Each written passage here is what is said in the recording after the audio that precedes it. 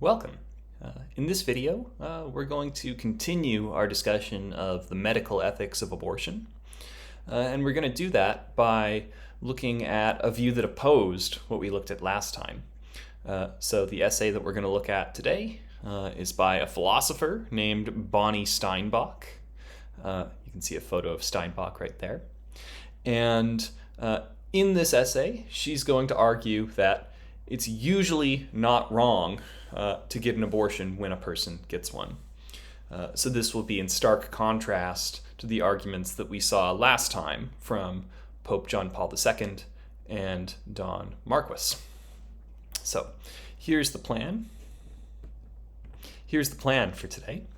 We'll look at two lines of argument from Steinbock. She makes two main arguments in her paper. The first one is based on what she calls the interest view. She's going to say that once we start to think about the interests of human beings, the interests of a baby, the interests of a fetus, she's going to say that the intentional termination of life of a fetus is not morally problematic in the same way that it is for a baby or for a full-grown human being. We'll get a second argument, and this will be an argument from bodily self-determination. And we'll look at a famous thought experiment that Steinbock mentions in her paper. And then briefly at the end, we'll consider why Steinbock says most abortions are not wrong. Notice that the title of her paper is Why Most Abortions Are Not Wrong. It's not a paper that says why no abortion ever is wrong. So she thinks that there might be some situations in which it could be morally problematic to have an abortion, although she's going to argue that the situations where abortions are morally problematic are rare. These are exceptions to the general principle rather than something that informs us about the general nature of abortion. So let's look at Steinbock's first line of argument. And I've pulled some quotations off of page 472 from the reading. Here's Steinbock. She says, quote, "The question then is whether an early gestation fetus, or simply fetus, as I will say from now on, is morally equivalent to a newborn baby. This seems to me to be completely implausible. A newborn can feel, react, and perceive. It cries when it's hungry, or stuck with needles. By contrast, a first trimester fetus cannot think, feel, or perceive anything. It is certainly alive and human, but it feels and is aware of nothing. It's more like a gamete, that is, a sperm or an ovum cell, which is also alive and which is also human, than a baby. Well, early abortion is not the psychological equivalent of contraception. It's morally closer to contraception than to homicide." Let's pause there for a second. So here she's pointing out that we can point out a difference between most fetuses that are aborted versus a baby.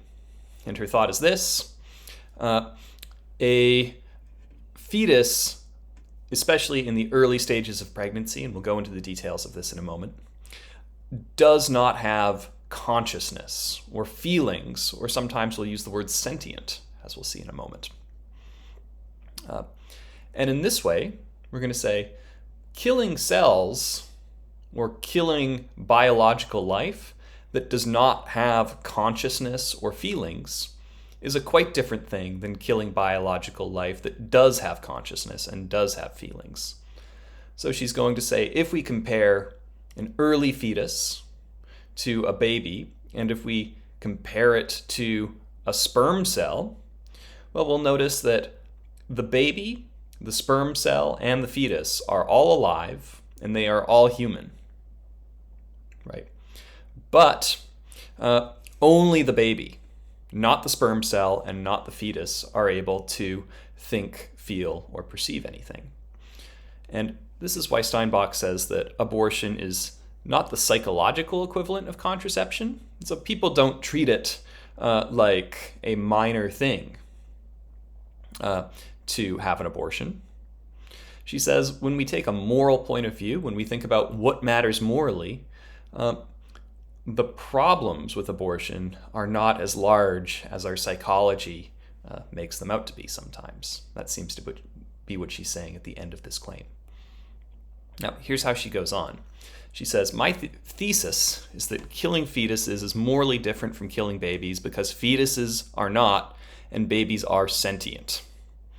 By sentience, I mean the ability to experience pain and feel pleasure. But what is the moral significance of sentience? Well, she points out that she's argued elsewhere that sentience is important because non-sentient beings, whether mere things, for example, cars and rocks and work of art, or living things without nervous systems, for example, plants, lack interests of their own.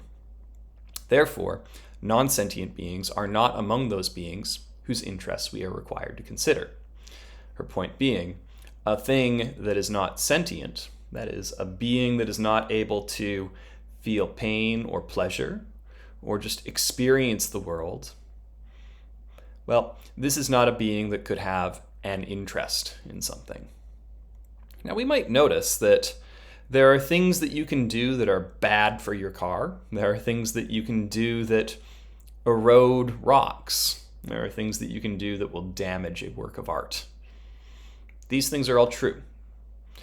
You can also do things that are bad for the health of a tree.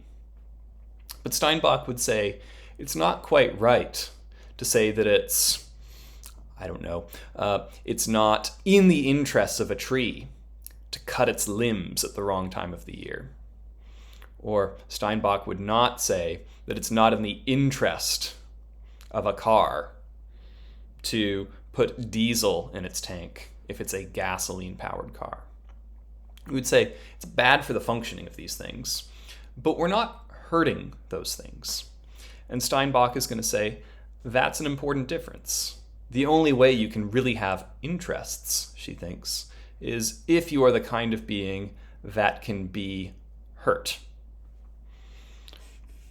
Now, she's going to argue that a fetus, because it is not yet a sentient being, just like a sperm cell, also not sentient. Like there's nothing it's like to be a sperm cell, as far as we can tell. Well, if there's nothing it's like to be a fetus, if there's nothing it's like to be a sperm cell, if there's nothing it's like to be a rock, you can't hurt them and you can't do things that are against their interests. So that's going to be an important philosophical principle that Steinbock is willing to defend. If you are not sentient, you cannot have interests. And if you cannot have interests, you're not a subject of harm in the same way that a full-grown adult could be, or even a baby could be. So when we actually look at the facts, Steinbock is going to say most fetuses are not the kind of beings that are sentient, and therefore, she infers, they are not the kind of beings that can have interests. So if we look at CDC data for the year 2020, that's a recent year in which we have information about abortion in the United States, we'll find that 93% of abortions that happened in the US that year were performed in the first 13 weeks of pregnancy. So out of about 453,000 abortions that happened in the year 2020, about 423,000 of those were in the first 13 weeks of pregnancy. And many of those abortions, especially in these first 13 weeks, were what we call medication abortions or medical abortions rather than surgical abortions. In these cases, the abortion does not even have to be performed surgically or in a clinic. Rather, the pregnant person just takes some pills, and these specific pills will cause the uterus to contract and will cause miscarriage. So that's a large majority of the abortions that happen in the United States are in the first 13 weeks. We can also note that about less than 1% were performed after 21 weeks. So if we look at the data closer, we'll find that I guess that would leave about 6% that happen between 13 weeks and 21 weeks. And then we have about 1%, a little less, in fact, that are happening after 21 weeks. So this is about 4,000 instances in the entire country for a whole year. Now, Steinbock will claim in her paper that abortions past 21 weeks are usually performed due to non-viability of the pregnancy or risks to the mother's health. She doesn't give a source for this claim, so she might have been working with anecdotal evidence. But a thing to note is that this claim has been shown to be untrue, at least on the basis of current data. Let's see if I can get this page showing. This is information from an organization called the Guttmacher Institute. The Guttmacher Institute is a pro-choice, that is, they are in favor of abortion rights institute. And they published research about 10 years ago on who seeks abortion after 20 weeks. If we look at the study, they find that it's usually not, in fact, on the basis of risks to the mother's health or the health of the fetus. But they find, and it says here, most women seeking late abortion, that is, post 20 weeks, fit one of these 5 profiles. They're raising children alone, they're depressed or using illicit substances, they're in conflict with a male partner, experiencing domestic violence, they're having trouble deciding whether to have an abortion, or they're having problems accessing abortion, or they're young and nulliparous. Nulliparous just means this is a person who has not yet given birth to a child. But when we're looking at this information, it doesn't seem that Steinbock's claim that abortion is usually based on, I'm just going to get my window orientated correctly here. Steinbock's claim is that it's about risks to the health of the baby or the mom. That doesn't seem to be true anymore. Now, one reason why this may be the case is that when Steinbock wrote this paper in 1999, screenings for genetic defects happened later in pregnancy. It usually involved taking an amniocentesis, testing the fluid removed from the womb. But nowadays, they are able to look at the baby's genetic profile just by sampling the mother's blood. And in this case, abortions for genetic defects will often happen earlier in pregnancy than they did 25 years ago. Now, we might sort of ask about the significance of this, the reasons why people are getting abortions later in pregnancy. But some people who are in favor of protecting abortion rights will say the facts that we find in the Guttmacher Institute research, the facts that suggest oftentimes this is about non-ideal living situations or a person who's having trouble accessing abortion care. Well, the thought would be it's not the fault of these pregnant people that they are not able to access abortion. But this is all to say, when we look at most abortions, the vast majority of them are performed before 21 weeks of pregnancy. Now, why is this important for Steinbock?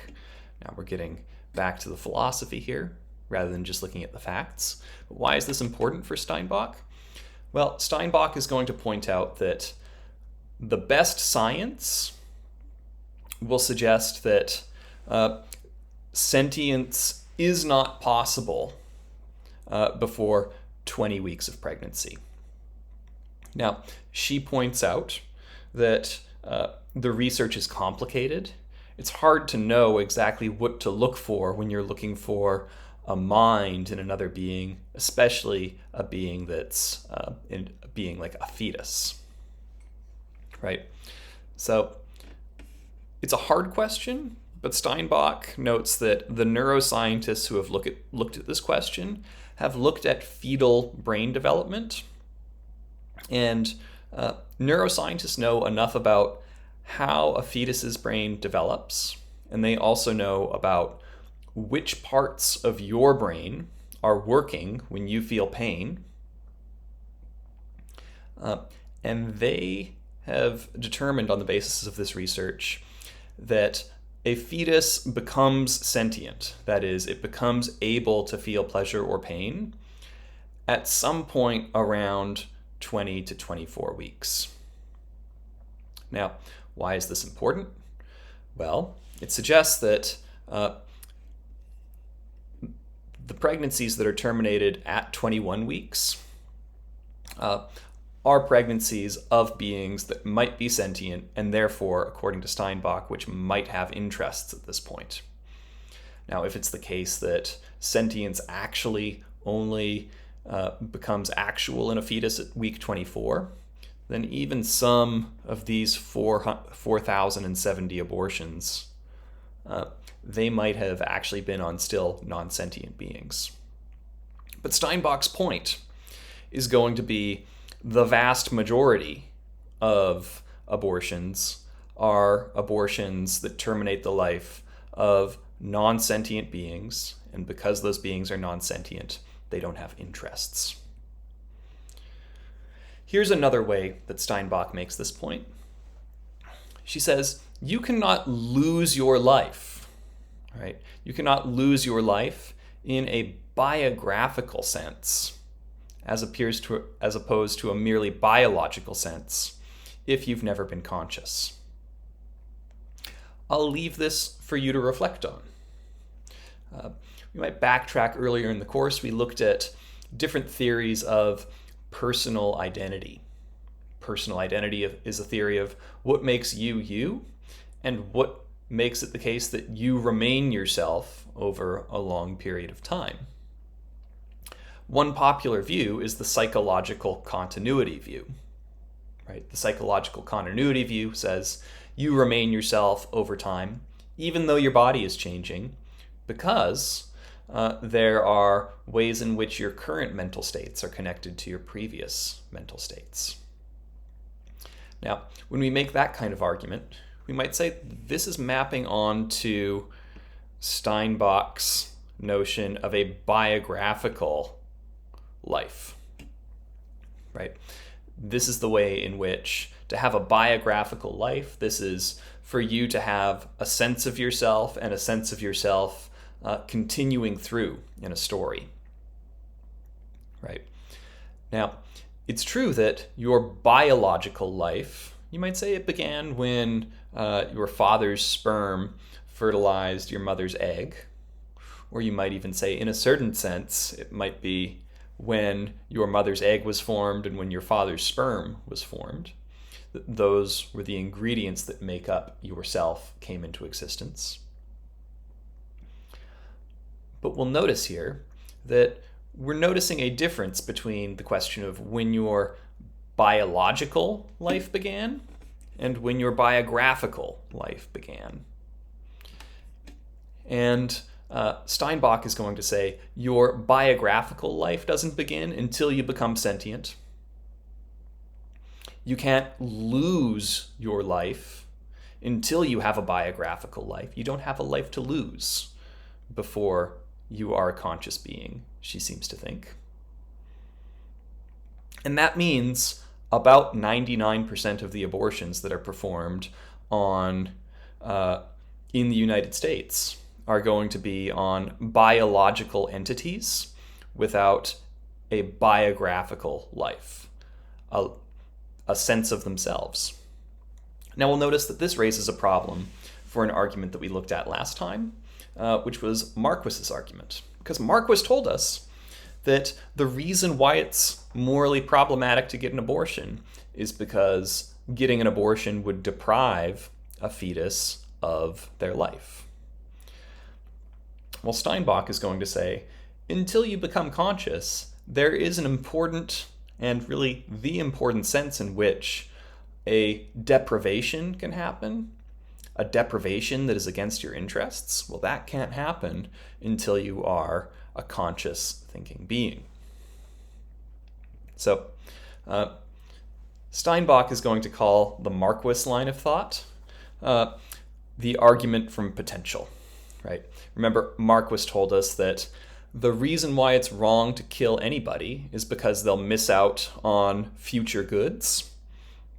And the reason why it's wrong to kill a fetus is the same. If you don't have an abortion, that fetus will go on to have some things in life that are worth living, and you're depriving them of those good things. Steinbock is going to respond to Marquis's argument by saying that in many cases, potential is morally irrelevant. So here's an argument that she makes. She says, look, you and me, anybody reading or thinking about this paper, is a potentially dead person. That is, you are a living being, but you are also mortal. And as a mortal being, that means that one day you will be a corpse, or at least your psychological life will end, your biographical life will end, your biological life will end, but you'll still have a body, right? And when your body becomes a corpse, it will be the case that certain things might happen to it, right? It might be embalmed, or it might be used by medical students as a object of study, or it might be cremated.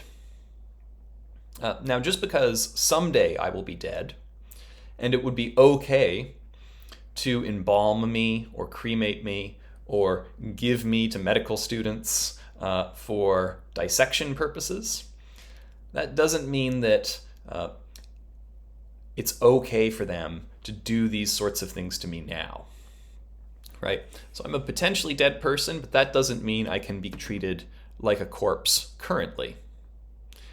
So we might make a similar argument. We might say, look, just because a sperm and egg cell or a fetus has the potential to be a living, breathing, thinking, feeling human being with interests and rights and feelings, doesn't mean that we have to treat the fetus as a living, breathing, thinking, feeling individual with rights and interests.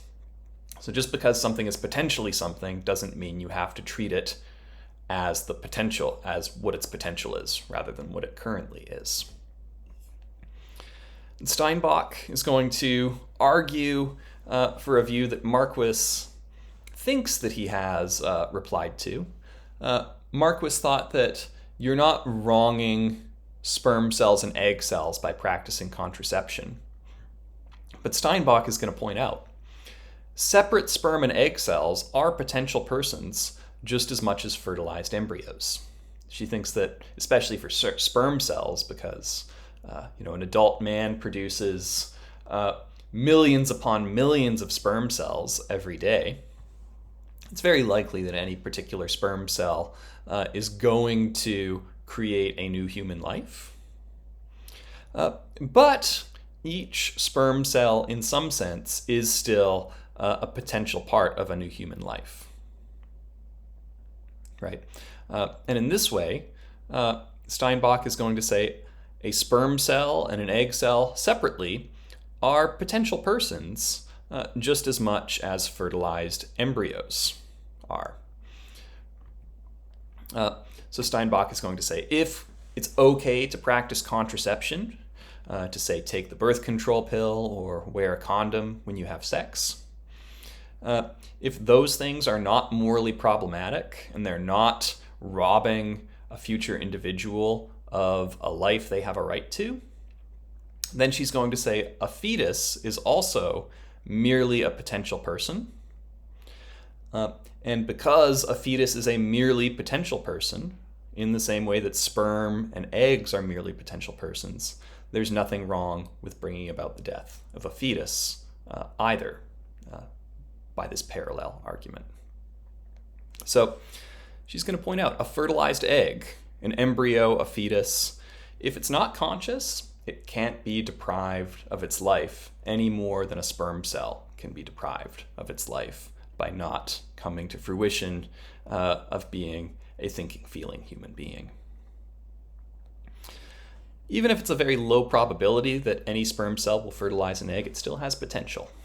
That's how Steinbock is going to think about it. Now, another argument that Marquis makes is that when we're talking about an embryo, we can say, well, it's not currently conscious of its interests, but it has interests. It's a situation where it has interests that it doesn't take an interest in. Marquis is also going to say, for instance, that killing a baby seems to be clearly wrong, or killing a person who doesn't want to be killed when they're in a vegetative state, that's wrong. And he's going to say those seem to be individuals that have interests that ought to be protected, even though they're not thinking about the interests that they have. A baby can't think about all the good things ahead of them in life, for instance. But Steinbock is saying that we still have a difference here. She thinks if we're thinking about a being with no psychological states at all, then go back to this point about biographical life. The loss of life of a fetus will not be their loss of life. So you're not depriving any non-conscious being. You're not doing something against the interests of any non-conscious being, even if you end its life, she thinks. But when we're talking about a person in a vegetative state, or when we're talking about a sentient baby, there's an important difference there. So she thinks that the interest view can give us the right answer on babies and people in vegetative states. That is, it can say it's wrong to kill them, but she can still say that a being that's never had a psychological state doesn't have interests in the same way. So that's really an important move that's further used in defense of Steinbock's first line of argument. Now, here's Steinbock's second line of argument.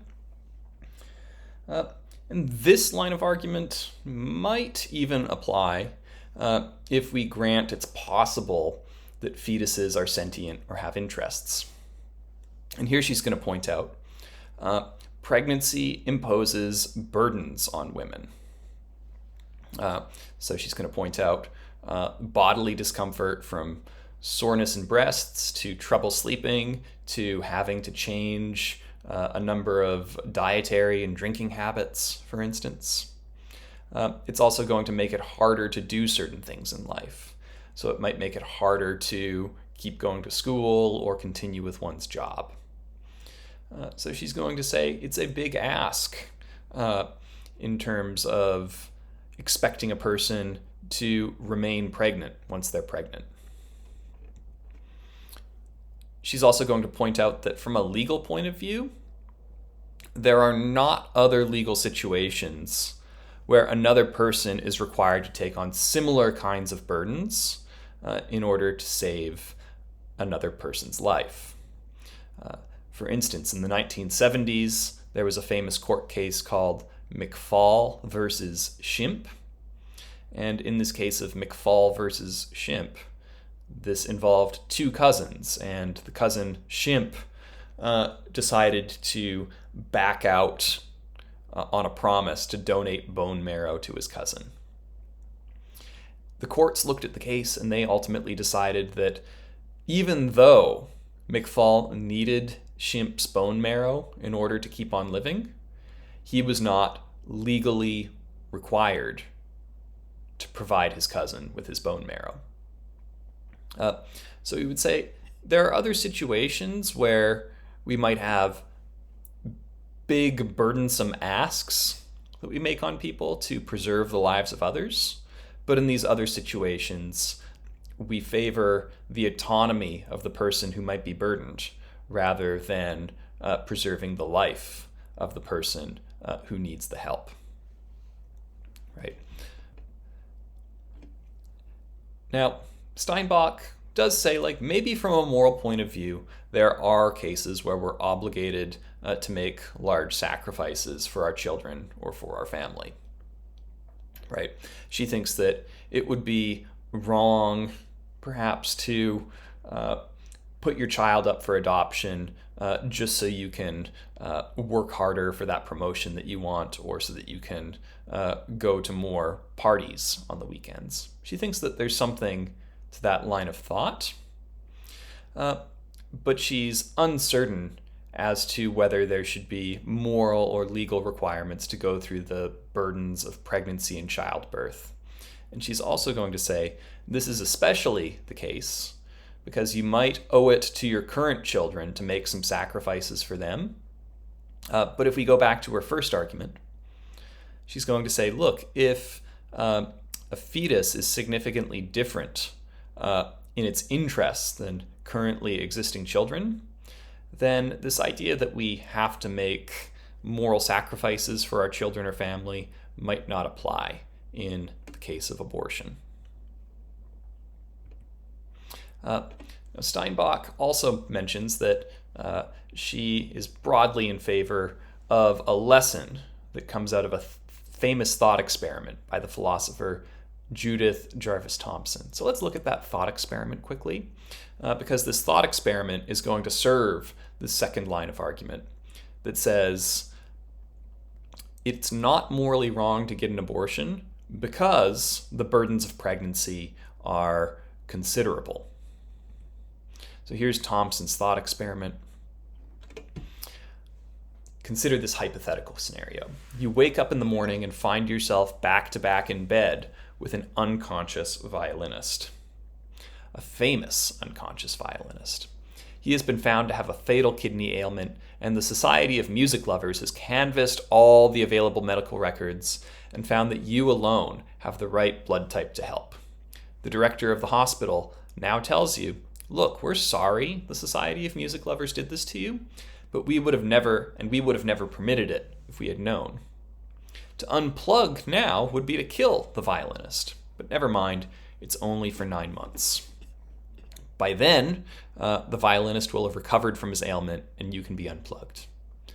Is it morally incumbent for you to accede, that is, accept this situation? No doubt it would be very nice of you if you did, a great kindness. But do you have to accede? What if it were not 9 months but 9 years, or longer still? What if the director of the hospital says, tough luck, I agree, but now you've got to stay in bed with the violinist plugged into you for the rest of your life, because remember this, all persons have a right to life, and violinists are persons. Granted, you have a right to decide what happens in and to your body, but a person's right to life outweighs your right to decide what happens in and to your body. So you cannot ever be unplugged from him. I imagine you would regard this as outrageous. So that's the scenario. You're hooked up to a violinist who needs your kidneys for the next 9 months. And if you unhook yourself from the violinist will die. Now, what's really interesting about Thomson's thought experiment is her point that even if we accept that the violinist is a person and has interests and even is sentient, even if we grant all that stuff that Steinbock has been arguing against, this line of argument says it would be good for you to stay hooked up to the violinist, but from a moral point of view, you don't have to. And in this way, one of the lessons that we can pull from Thompson's violinist thought experiment is that if you have a right to unhook from the violinist, and you can check your own intuitions whether it would be morally acceptable to unhook from the violinist, then you have the right to an abortion. And that's because somebody else's right to life does not require you to do everything that you could possibly do in order to preserve their life. Right? Line of thought here being, look, it imposes large burdens on you to stay hooked up to the violinist, especially for 9 months or longer. And if that is a considerable burden, we might say that considerable burden gives you not only a legal right, but a moral right to do what's best for you, even if it brings about the death of that other person. So we might also apply this to the abortion debate, right?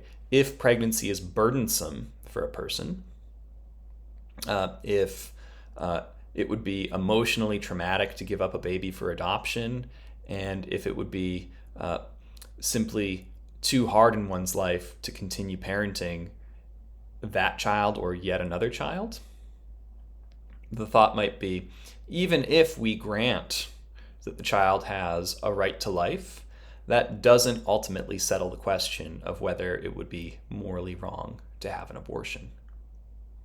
Now, some people have pointed out that there's a difference between being pregnant and getting an abortion as opposed to the violinist case. They might say that this is a case of being involuntarily in a situation where you have somebody else depending on you for their life.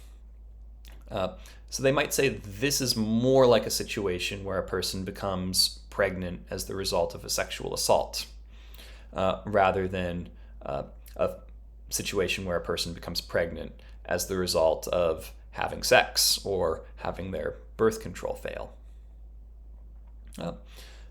But I'll point out that this line of thought is contestable as a disanalogy. At least many people think that it would be cruel or unfair to say that a person loses their right to control their body if they became pregnant as the result of voluntary sex. But we'll see a second line of thought here, right? So just to tie it back to Steinbock's line of argument, we would say it would be unreasonable to expect a person to put their life and body and health on the line in order to even save somebody else's life or bring somebody else's life into existence.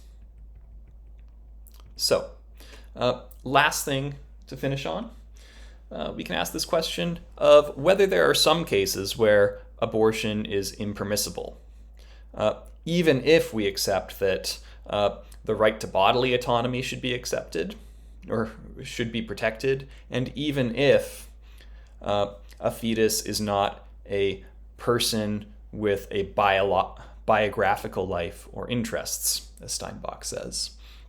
And Steinbock does consider some cases towards the end. So she's going to give a certain number of scenarios. She's going to say some of these scenarios are morally problematic, and it would be wrong to have an abortion in these scenarios for these reasons, but it would not be morally problematic in some of them. So she mentions a person getting abortion as a form of birth control. So she mentions having talked to once, I believe, a 17-year-old who's gotten her third abortion, who says, well, I keep getting abortions because my diaphragm, I always forget to use it, and the pill makes me fat. So abortion is what she chooses. Steinbock thinks that this is a very irresponsible way of moving through the world, And she also thinks that it's a flippant attitude about the importance of being careful with medical resources and thoughtful about pregnancy. Even if a fetus is not an individual with its own interests, Steinbock can still grant that a pregnancy can be a thing of great and profound value to many people. Just look at how hard some people work in order to get pregnant through things like IVF. So she thinks that getting abortion as a form of birth control is morally problematic. She also thinks that you would be possibly liable to some moral criticism if you were pregnant, you wanted to be a parent, so you were excited about being pregnant in that sense, but you decided to get an abortion in order to fit into a certain bikini for the upcoming summer vacation you have planned. Steinbock says this would also represent something morally problematic in the person making that choice. She considers the possibility of sex-selective abortion. That is, getting an abortion upon learning that you are pregnant with a boy, but you wanted a girl, so you abort that pregnancy.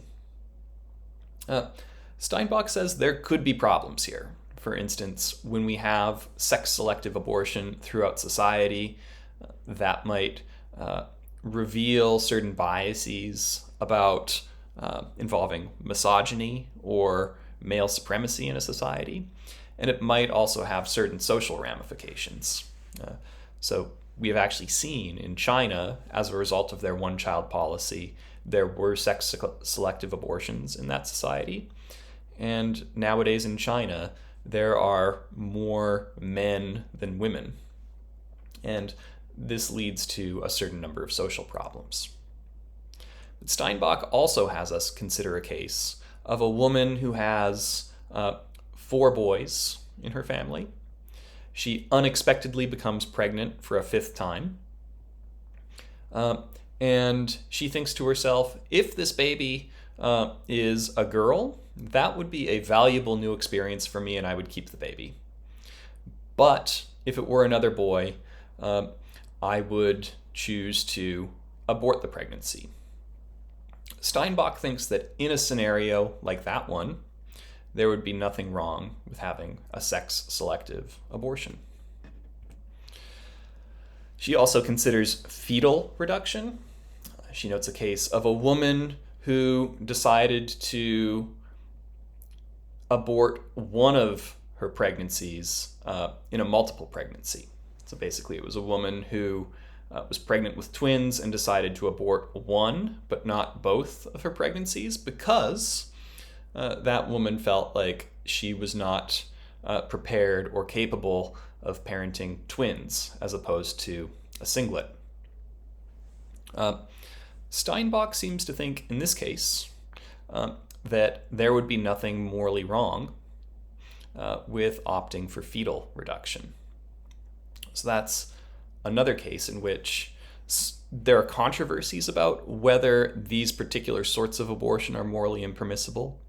Steinbock seems to think that fetal reduction is one that is not necessarily problematic, especially because there are other cases of fetal reduction where a person is reducing their pregnancy from 5 babies in the uterus, 5 fetuses in the uterus, down to 2 or 1. This is something that does happen rather commonly with IVF treatments. And as a result, Steinbock seems to argue that this is an ordinary, non-problematic thing to do that balances the parents' interests against the potential of a future person. And she's going to say the parents' interests should matter in those cases. She gives one last case. This is a final case of an abortion that even Steinbock finds to be morally problematic. Imagine a couple who is pregnant with a baby. They are excited about that pregnancy, but the pregnant person learns that their partner cheated on them a couple of years ago and decides to get an abortion in order to make their partner feel the hurt that they are feeling right now, with the full intention of staying with this person and with the full intention of just getting pregnant again. Steinbock thinks that this approach would be, I think the word that she uses is psychopathic.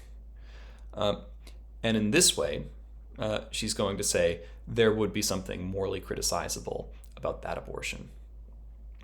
So in this way, Steinbock is not saying that any abortion, whenever, for any reason, is morally acceptable, but she is going to say that in very many cases, perhaps most of them, there is nothing wrong with getting an abortion from the moral point of view. So that wraps up our summary of Steinbock. We saw 2 lines of argument. The first line of argument saying that a fetus, especially the kind of fetus that's usually aborted, is not the kind of individual with interests. And then there was a second argument about the rights of a person not to be put through the burdens of pregnancy. And then we finished with this case of considering possibly morally problematic abortions, even in light of the considerations that Steinbock has already put on the table. So next time around, we will look at a paper by the American College of Obstetricians and Gynecologists. So this will be a continuation of our discussion of abortion, but it will also slightly shift our focus, because now we won't be asking the question, is it morally okay to get an abortion? But instead, we'll be asking the question of what should we do about the fact that some healthcare providers are morally okay with providing abortions and some of them aren't? Should we give healthcare providers with a moral objection to abortion the right of what they call conscientious refusal? And we'll consider what the American College of Obstetricians and Gynecologists will say about that next time around. In any case, thanks for listening to this important discussion. I look forward to keep the conversation going.